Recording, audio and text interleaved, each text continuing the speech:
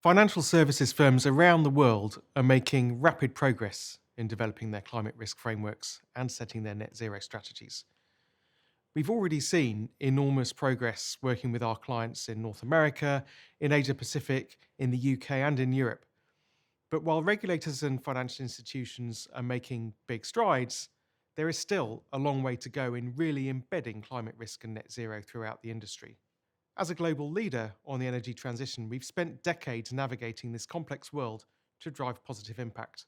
And here are the five most important things that financial institutions will need to get right to successfully embed climate risk and net zero strategies in their businesses. Number one, clarity of accountabilities. Just because it's green doesn't mean it isn't risky.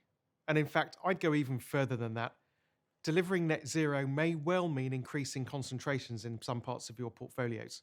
And therefore, it's really important to be clear about what your risk teams are accountable for versus the role of sustainability and finance.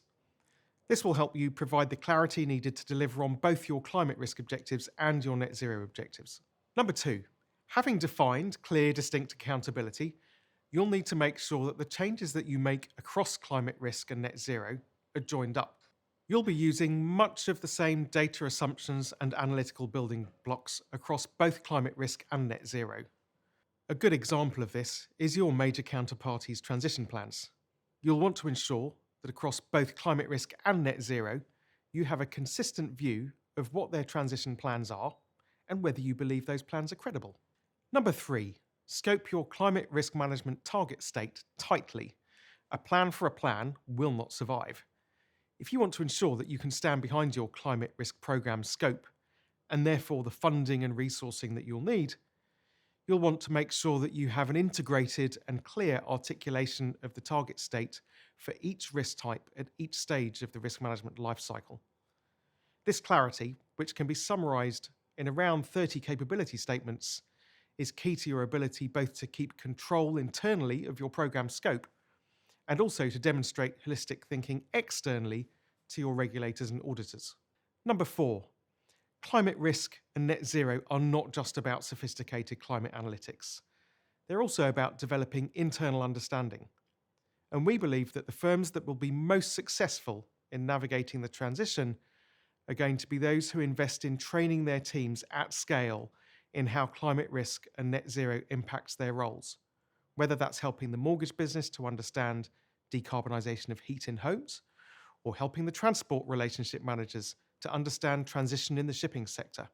And it will be the firms that develop their ability to anticipate the political risks associated with transition in their sectors and regions, who are the ones who are not only able to manage the risks better, but also who make the most of the opportunities to finance the transition.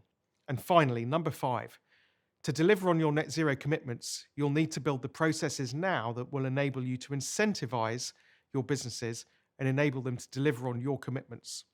There are going to be times over the coming years when the external carbon price and the real economy's progress towards net zero do not keep pace with your own commitments. Imposing carbon limits on your business is an inefficient and ultimately ineffective approach. What you will really need is the ability to transfer price, the internal cost of carbon, through to your business lines. And I'll leave you with one closing observation. And that thought is that the speed of implementation matters. As we all know, it's easy to be right eventually. But it's those firms who are able to understand their climate risks early who will be much better placed to manage those risks and to benefit from the opportunities to finance transition.